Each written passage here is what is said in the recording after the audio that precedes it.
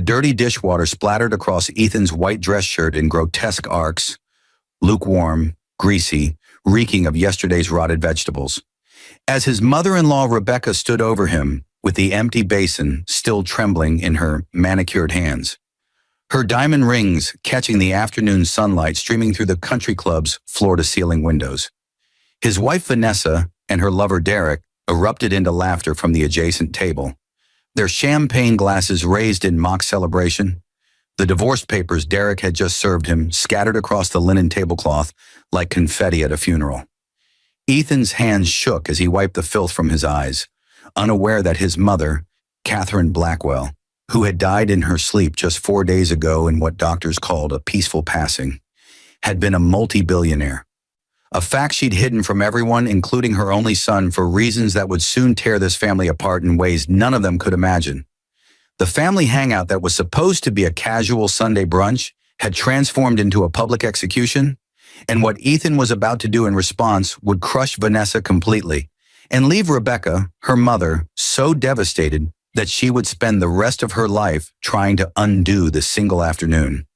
But how does a man who's been treated like garbage his entire marriage suddenly discover he's inherited billions? What secrets had his mother been keeping that would turn his humiliation into their destruction? And what could Ethan possibly do in this moment of utter degradation that would be powerful enough to shatter the lives of everyone who had just laughed at him? Ethan Montgomery had learned long ago that silence was safer than protest. As the greasy water dripped from his collar onto the Italian marble floor of the Willowbrook Country Club, that lesson echoed through his mind like a prayer he'd memorized through repetition rather than faith. The other diners had gone quiet, their forks suspended midair, their conversations dying like candle flames in a sudden draft. He could feel their stares, some horrified, some curious, some barely concealing their amusement at watching a man get what the wealthy always assumed poor people deserved. "That's what happens when you forget your place," Rebecca hissed, setting the basin down with a metallic clang that made several nearby women flinch. She was a woman who had spent 63 years perfecting the art of cruelty disguised as social refinement. Her silver hair styled in a way that cost more than most people's monthly rent, her St. John knit suit the color of old money and fresh contempt. "You come to my daughter's brunch looking like some homeless vagrant, embarrassing us in front of our friends. Someone needed to clean you up." Vanessa's laughter was the worst part, not Derek's, the personal trainer she'd been sleeping with for the past 8 months, whose muscles seemed inversely proportional to his intelligence, whose presence at this family hangout was an insult Ethan was apparently expected to swallow along with his humiliation. No, it was his wife's laughter that cut deepest. 7 years of marriage, 7 years of her slowly transforming from the woman who'd once looked at him with something resembling affection into this stranger who found joy in his degradation. "Oh God, Mom, you actually did it!" Vanessa gasped between peals of laughter, her hand resting possessively on Derek's forearm, her engagement ring, the one Ethan had saved for 6 months to buy, still on her finger like a trophy she was too cruel to remove. "I didn't think you'd actually throw the dishwater on him." "Someone had to teach him some respect," Rebecca said, dabbing at imaginary moisture on her own pristine outfit. "After everything our family has done for him, and he shows up late, looking like he rolled out of bed." "My mother died 4 days ago," Ethan said quietly. The words felt strange in his mouth, too small for the enormity they represented. "The funeral was yesterday. I haven't been sleeping." The silence that followed was brief, surgical in its precision, before Rebecca's face hardened into something uglier than before. "Oh, please. That woman barely raised you anyway, didn't she? Catherine was what? A bookkeeper? A secretary? Something equally forgettable?" Rebecca waved her hand dismissively, as if his grief were cigarette smoke she could disperse with a gesture. "Some people are born to serve, Ethan. Your mother understood that. Perhaps it's time you did too." If she had known, if any of them had known, that Catherine Blackwell had died as the silent majority shareholder of Blackwell Industries, a technology conglomerate worth $37 billion, that single comment might have remained unspoken. But secrets have their own gravity, and Catherine had kept hers locked away for 34 years. Ever since the night she'd walked away from her father's empire, with nothing but a newborn son and a determination that Ethan would never be corrupted by the wealth that had destroyed her own family. Ethan's phone buzzed in his pocket. He ignored it. It had been buzzing all morning, unknown numbers, messages he assumed were spam or creditors or some new indignity the universe had decided to inflict. The water was starting to soak through to his skin now, cold and disgusting, and he could smell the sour stench of it. Days-old pasta water mixed with soap scum and something that might have been spoiled milk. "You know what I love about this?" Derek said, leaning back in his chair with the confidence of a man who'd never faced consequences in his life. He was younger than Ethan by 5 years, blessed with the kind of chiseled jaw that suggested his ancestors had been too beautiful to develop critical thinking skills. "Van's been telling me for months how pathetic you are, but seeing it in person? Man, it's like watching a kicked puppy that doesn't even know it's allowed to bite back." Derek's hand slid across the table, gathering the divorce papers into a neat stack. He'd served them himself 20 minutes earlier, walking into the brunch with a process server's badge he'd borrowed from a friend, turning legal procedure into theater for Vanessa's amusement. "These are official now, by the way," Derek continued, tapping the papers with one finger. "Van gets the apartment, the car, and half of whatever pathetic savings you've got hidden away. You get to start over with nothing. Seems fair, doesn't it? I mean, you came into this marriage with nothing. You should leave with nothing." Vanessa's smile was radiant, cruel in its beauty. She'd been a marketing executive when they'd met, successful in her own right. But her mother's money had always loomed in the background, a safety net that had slowly transformed into a cage for their relationship. Every argument, every disagreement, Rebecca's wealth had been there, the implied threat that Ethan could be discarded at any moment, replaced with someone more suitable to their social station. "I just want this over with," Vanessa said, her voice carrying that particular tone of boredom wealthy people used when discussing matters beneath their attention. "Derek and I are moving to his place in the Hamptons next week. We'd like a clean break." Ethan's phone buzzed again, then again. Then it began to ring, the vibration insistent against his thigh. "Aren't you going to answer that?" Rebecca asked, her lip curling in disgust. "What bill collector is so desperate to reach you?" He pulled the phone out with wet fingers, leaving water stains on the screen. The number was unfamiliar, but something made him swipe to answer. Perhaps it was the need to escape this conversation, even for a moment. Perhaps it was the strange way his mother's lawyer had looked at him at the funeral yesterday, that odd mixture of pity and something else he couldn't quite identify. "Mr. Montgomery." The voice was professional, female, with the crisp efficiency of someone used to dealing with important matters. "This is Jennifer Walsh from Walsh, Patterson and Klein. I'm the executor of your mother, Catherine Blackwell's estate. I've been trying to reach you all morning. We need you to come to our offices immediately. There are urgent matters regarding your inheritance that require your immediate attention and signature." "My mother didn't have an estate," Ethan said, aware that everyone at the table was listening now, their mockery temporarily suspended by curiosity. "She lived in a rent-controlled apartment. She worked as a bookkeeper for a nonprofit. There's nothing to inherit except maybe some debt." "Mr. Montgomery, I'm not at liberty to discuss details over the phone, but I can assure you that your mother's estate is substantial enough to require immediate legal attention. Can you come to our offices within the hour?" "How substantial?" There was a pause the kind lawyers made when they were calculating what they could and couldn't say. "Substantial enough that you should not sign any legal documents until we've had a chance to speak. Have you recently been served with divorce papers?" Ethan looked at Derek, at Vanessa, at Rebecca's expectant face. "Yes, about 20 minutes ago." "Do not sign them. Do not agree to anything. Come to our offices immediately. The address is—" "I know where you are," Ethan said quietly. Walsh, Patterson and Klein occupied the top 3 floors of the Meridian Tower downtown, the kind of law firm that represented corporations and billionaires, not bookkeepers who lived in studio apartments. "I'll be there in 40 minutes. He ended the call. The table was silent now, the laughter gone, replaced by something that looked almost like concern on Vanessa's face. Almost. "What was that about?" Rebecca demanded. "What inheritance?" I don't know, Ethan said, which was true. But somewhere in the back of his mind, a memory was stirring.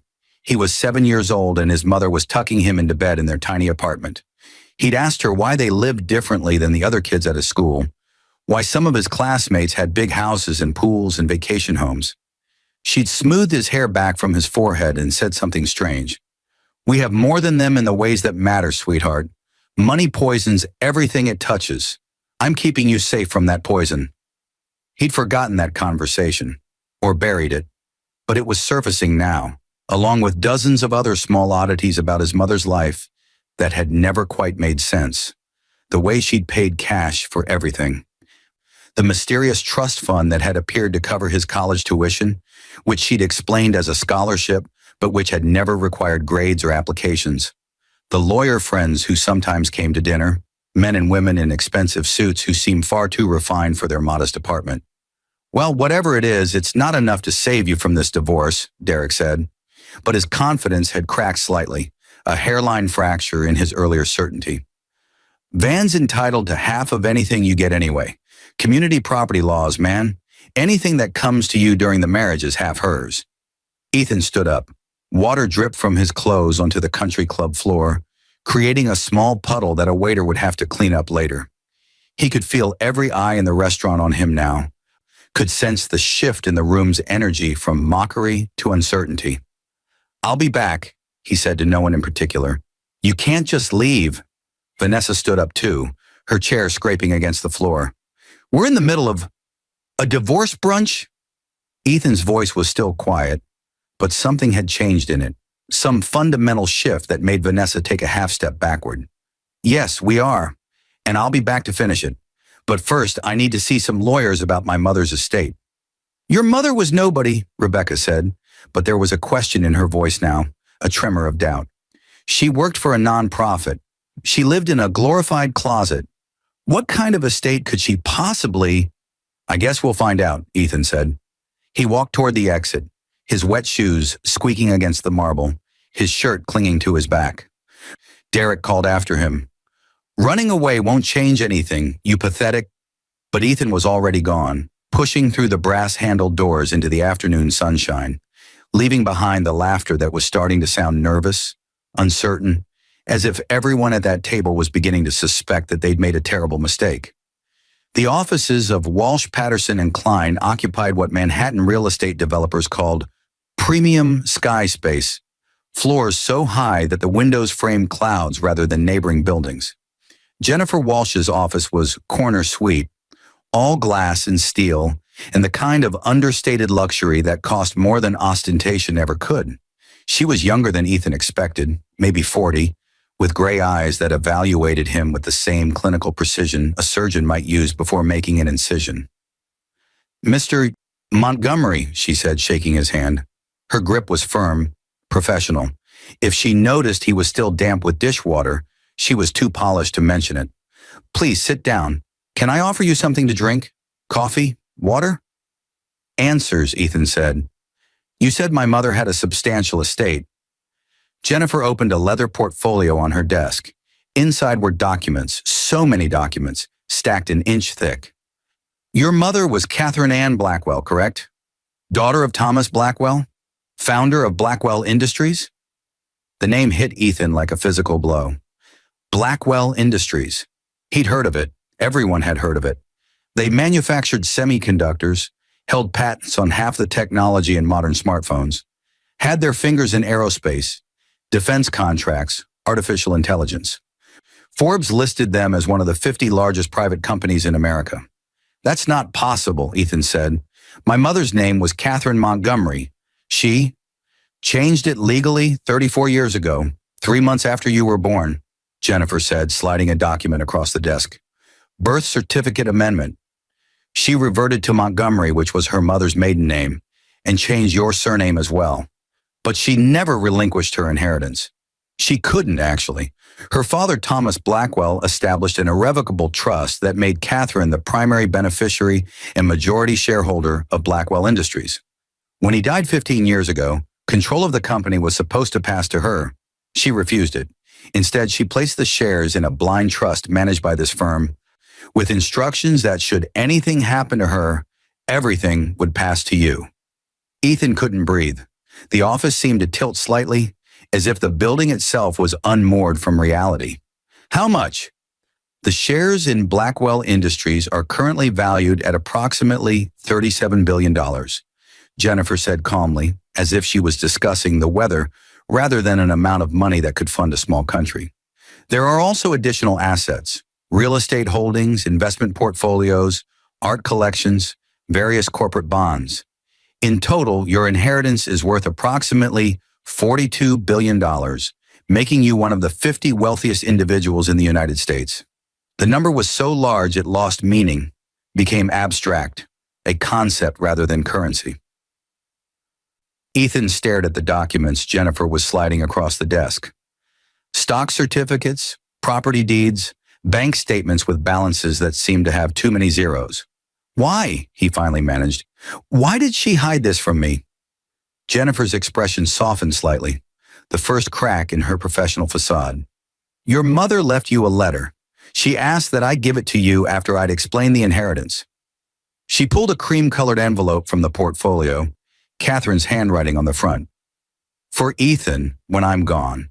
His hands shook as he opened it. His mother's handwriting filled 3 pages, the script elegant and precise, so characteristic of her careful nature. My dearest Ethan, if you're reading this, then I'm gone, and Jennifer has told you who I really was, who you really are. I know you must be confused, perhaps angry. I hid so much from you, not out of cruelty, but out of love. I grew up in a gilded cage, surrounded by wealth that corrupted everything it touched. My father was a brilliant man who believed money could solve any problem, buy any happiness. He was wrong. I watched that money destroy my siblings. Your Aunt Rachel died of a drug overdose at 23, chasing highs that could match the thrill of never hearing no. Your Uncle David is currently serving his 2nd prison sentence for fraud, unable to understand why the rules that apply to ordinary people should apply to him. I was the only one who saw what our wealth was doing to us. It insulated us from consequences, from reality, from the basic human experiences that teach us empathy and resilience. We were monsters, Ethan. Beautiful, educated, charitable monsters who thought our money made us better than everyone else. When I got pregnant with you, I knew I had to leave. Your father, and I'm sorry I never told you about him, perhaps that's a letter for another time, was from that same world, another wealthy family's son, and he was already showing signs of that same corruption. I couldn't let you grow up in that environment. I couldn't let you become what I'd been, so I left it all. I lived modestly, worked ordinary jobs, raised you in small apartments where you'd learn the value of things, the importance of earning rather than inheriting. I wanted you to develop character, compassion, the strength that comes from facing real struggles rather than having every problem solved with a checkbook. But I couldn't entirely escape my father's wishes. The trust was irrevocable. The inheritance would always be yours eventually. I've delayed it as long as I could, hoped to give you enough years in the real world to develop the wisdom to handle this burden. And it is a burden, my darling boy. $42 billion is not a gift. It's a terrible responsibility. It will change everything about your life. People will treat you differently, value you differently. Some will love you for your money, some will hate you for it. Very few will see you for who you really are. But I believe I've raised you right. I believe the man you've become, through struggle, through humiliation, through all the hardships I watched you endure and couldn't fix because fixing them would have defeated the purpose. I believe that man has the character to handle this wealth without letting it destroy him. Use it wisely, use it kindly. Use it to help others rather than elevate yourself. And remember, you are not your money. You are the boy who helped elderly neighbors carry groceries. You are the man who volunteered at homeless shelters. You are defined by your choices, not your bank account. I'm sorry I couldn't be there to guide you through this. I'm sorry for all the pain I've caused by keeping these secrets. But I'm not sorry for the way I raised you. You are my greatest accomplishment, Ethan. Not the Blackwell fortune. You. With all my love, Mom Ethan's eyes were burning. He read the letter 3 times. each word settling into his understanding, like stones creating a path across a river he hadn't known he needed to cross. "Take your time," Jennifer said quietly. But time was the one thing Ethan didn't have, because across town, at the Willowbrook Country Club, Vanessa and Rebecca and Derek were still celebrating his humiliation, still laughing about the dirty water, still assuming he was coming back to sign divorce papers that would give them half of everything he owned. Everything he now owned. "The divorce papers," Ethan said, his voice rough. "If I'd signed them before coming here, community property laws would have entitled your wife to half of your inheritance." "Yes," Jennifer confirmed. "Roughly $21 billion, plus half of any future earnings, which in your case would include dividends, investment income, and so forth. For the rest of her life, she would have been entitled to income from your mother's legacy. But I didn't sign them." "No, you didn't." Jennifer's smile was small but significant. "And now that you know about the inheritance, any settlement will be considerably different, especially given that your wife has been conducting an affair. I assume the man at brunch was her paramour." "Derek." "Yes. In New York, adultery affects divorce settlements. It won't prevent her from getting something, but it dramatically reduces what she's entitled to, especially if we can document the affair started before she filed for divorce." Ethan thought about the text messages on Vanessa's phone, the ones he'd seen by accident 3 months ago, the hotel receipts in her purse, the way Derek always seemed to know details about their marriage that Vanessa must have shared. "I can document it." "Good." Jennifer pulled out another document. "Then here's what I propose. We countersue for divorce on grounds of adultery. We offer her a settlement, something reasonable but nowhere near half.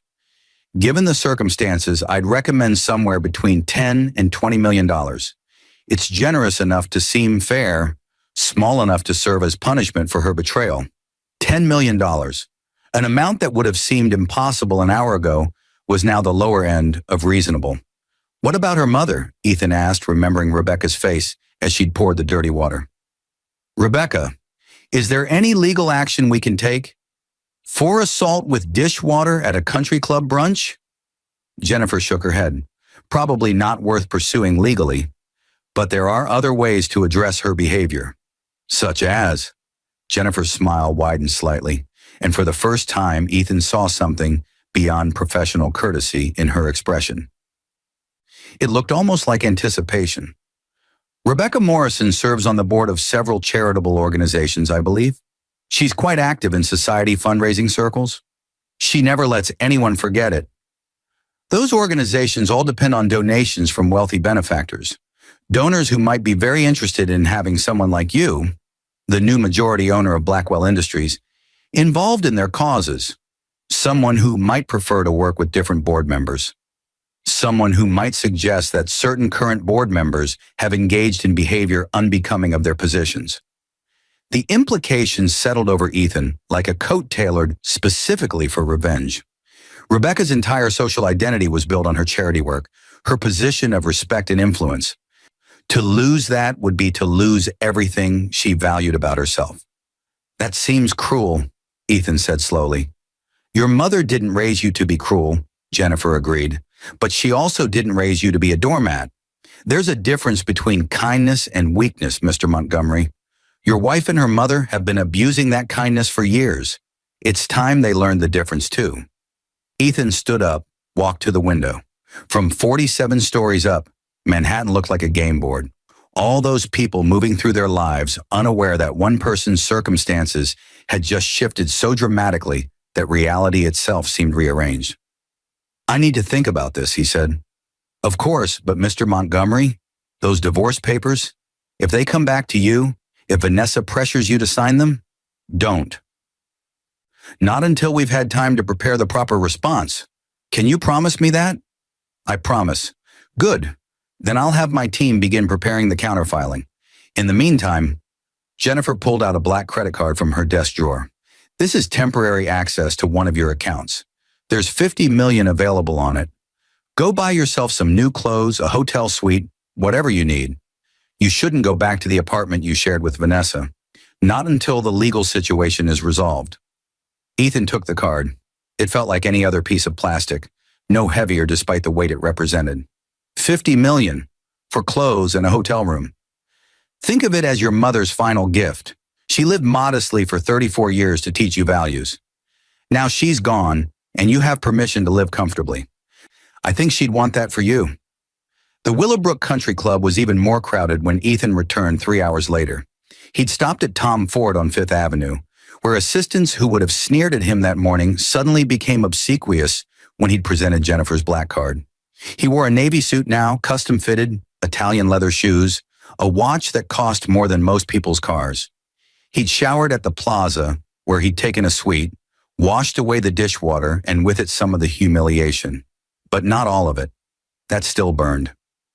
Vanessa, Rebecca, and Derek were exactly where he'd left them, though they'd moved from brunch to afternoon cocktails. They looked up when Ethan approached, and he watched the confusion ripple across their faces as they tried to reconcile the man in front of them with the one they'd degraded hours earlier. "Ethan," Vanessa's voice was uncertain. "What? Where did you get that suit?"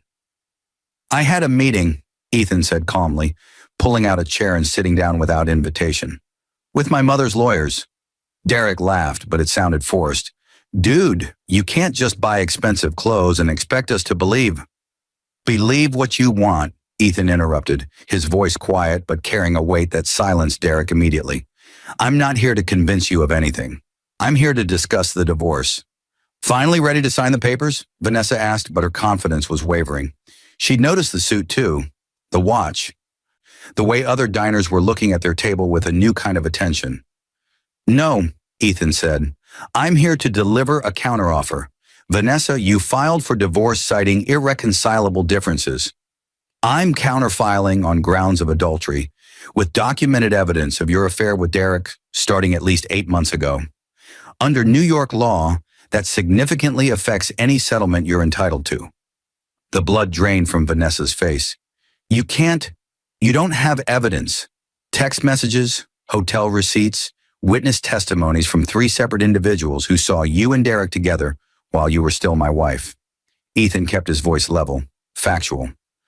"My lawyers have compiled quite a file, but I'm not interested in a drawn-out legal battle. I'm prepared to offer you a settlement. $10 million, paid over 5 years.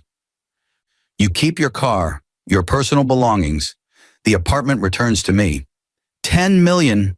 Rebecca started to laugh, but it died in her throat when she saw Ethan's expression. "That's insane," Derek said. "Where would you even get $10 million? I'm the sole heir to Catherine Blackwell's estate," Ethan said calmly. "My mother was the majority shareholder of Blackwell Industries. The inheritance totals approximately $42 billion. So yes, Derek, I think I can manage to scrape together $10 million for a divorce settlement." The silence that fell over the table was absolute. Vanessa's champagne glass slipped from her fingers, shattering on the marble floor. Rebecca made a sound like she'd been punched in the stomach. Derek just stared, his handsome face frozen in an expression of dawning horror. "That's not possible," Vanessa whispered. "Your mother was a bookkeeper. She lived in a tiny apartment. She was nobody."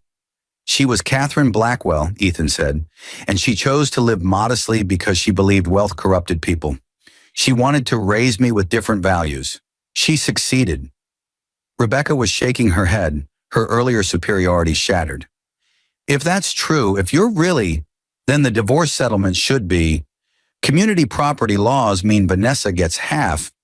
"Would have gotten half," Ethan corrected. "If I'd signed those papers you all thought were so amusing earlier. If I'd agreed to the settlement before I knew about the inheritance. But I didn't. And now the settlement is based on New York adultery laws, which are considerably less generous to unfaithful spouses." He pulled an envelope from his jacket pocket, set it on the table. "This is a formal offer from my legal team. $10 million, Vanessa. It's more money than you'll ever need, more than most people see in a lifetime. Take it, or we go to court, and a jury decides what you deserve. I promise you, when they see the evidence of your affair, when they hear about the dishwater your mother threw on me while you laughed, when they understand that you served me divorce papers at a family hangout 4 days after my mother's funeral, they won't be generous." Vanessa was crying now, mascara streaming down her face. "Ethan, please, I didn't know. If you'd known, you would have treated me differently," Ethan finished. Yes, I'm aware. That's the point, isn't it? You valued me based on what you thought I could provide, not on who I was. You, your mother, Derek. You all decided I was worthless because I didn't have money. You never once considered that I might have other qualities worth respecting. He stood up, buttoning his jacket. The offer expires in 48 hours. Accept it or don't. Either way, our marriage is over. Wait, Rebecca said, her voice cracking. She looked decades older than she had that morning, her carefully maintained facade crumbling. The charity board positions I hold, the fundraising committees, are you? Will you? I haven't decided yet, Ethan said honestly. I'm meeting with several charitable organizations next week to discuss my philanthropic interests. I'll be reviewing their current board compositions, their effectiveness, their leadership. And if I find board members who seem more interested in social status than actual charity work, who abuse their positions to feel superior to others, who throw dishwater on grieving widowers at country club brunches, well, I imagine I'll have opinions about whether those individuals should continue representing organizations I support financially. Rebecca made a small, broken sound. But that's next week's concern, Ethan continued. Today, I'm just here to deliver divorce terms and to give you all something to think about. You assumed I was worthless because I didn't have money. My mother spent 34 years teaching me that a person's worth has nothing to do with their bank account. She was right. I was valuable before this inheritance, and I'm valuable after it. The only thing that's changed is now I have the resources to ensure that people like you face consequences for treating others as less than human. He turned to leave, then paused, looking back at Derek. Oh, and Derek, that personal training business of yours, the one at the gym on 53rd Street? You might want to check your lease renewal. I believe Blackwell Industries owns that building. I'm sure it's just a coincidence, but I hear the new ownership is planning to triple the commercial rents. Something about bringing the property values in line with the neighborhood standards. I'm sure you'll find another location, though. Maybe somewhere more affordable, like New Jersey. Derek's face went white. Ethan walked away then, leaving them all sitting in the wreckage of their assumptions. Behind him, he could hear Vanessa sobbing, Rebecca trying to speak through shock, Derek cursing in quiet, impotent fury. It should have felt better than it did. Revenge was supposed to be sweet, satisfying, cathartic. Instead, Ethan just felt tired. Tired and sad and aware that his mother had been right about everything. The money had changed how people treated him, but it hadn't changed who he was. He was still the same person who'd been covered in dishwater that morning, still carrying the same grief over his mother's death, still hurt by his wife's betrayal. The only difference was now people would pretend those things mattered to them. Now people would pretend to care. His phone buzzed. Jennifer Walsh. How did it go? Like you predicted, Ethan typed back. They're devastated. Good, that's good. Not because revenge is sweet, but because consequences are important. They need to learn that actions have consequences, even for people with money and status. Maybe especially for people with money and status. My mother would have said the same thing, Ethan replied. Your mother was a wise woman. I wish I'd known her better. Ethan pocketed his phone and stepped out into the Manhattan evening. The city glittered around him, all those lights representing lives and dreams and struggles. $42 billion couldn't solve anyone's real problems, couldn't bring back his mother, couldn't repair his broken marriage, couldn't undo the humiliation of that morning. But it could buy justice. It could create consequences. It could ensure that the next time someone thought about pouring dirty water on a grieving stranger, they might hesitate, might wonder if that stranger had resources they couldn't see, dignity they couldn't measure, worth they'd underestimated. 2 days later, Vanessa signed the settlement, $10 million paid over 5 years, in exchange for her silence and a quick divorce. Rebecca was quietly asked to step down from 3 charity boards, her resignation accepted with the kind of polite efficiency that suggested everyone had been waiting for an excuse to remove her. Derek's gym lease renewal was denied, and last Ethan heard he'd moved to Philadelphia, where the rent was cheaper and his reputation hadn't preceded him. Ethan didn't feel victorious. He felt like a man who'd learned an expensive lesson about human nature, paid for with his mother's lifetime of sacrifice, and his own mourning covered in dishwater. He established a foundation in Catherine's name, focused on helping people living in poverty, funding education, supporting workers' rights. He sold the Blackwell Industries shares to a management group and invested the proceeds in sustainable businesses, affordable housing, medical research. He remembered his mother's warning. You are not your money. 6 months later, he met someone new. Emma was a high school teacher who'd never heard of Blackwell Industries, who knew Ethan only as the quiet man who volunteered at the community center where she ran after-school programs. She liked him for his kindness, his willingness to listen, his gentle humor. When he finally told her about the inheritance, she was quiet for a long time. Does it change anything? Ethan asked, afraid of the answer. It changes what restaurants we can afford, Emma said with a small smile. But it doesn't change who you are. Money doesn't do that. It just reveals what was always there. She was right, of course, just like his mother had been right. The money hadn't changed him. It had just changed who was paying attention, who was laughing, who was pouring the water. And in the end, that made all the difference.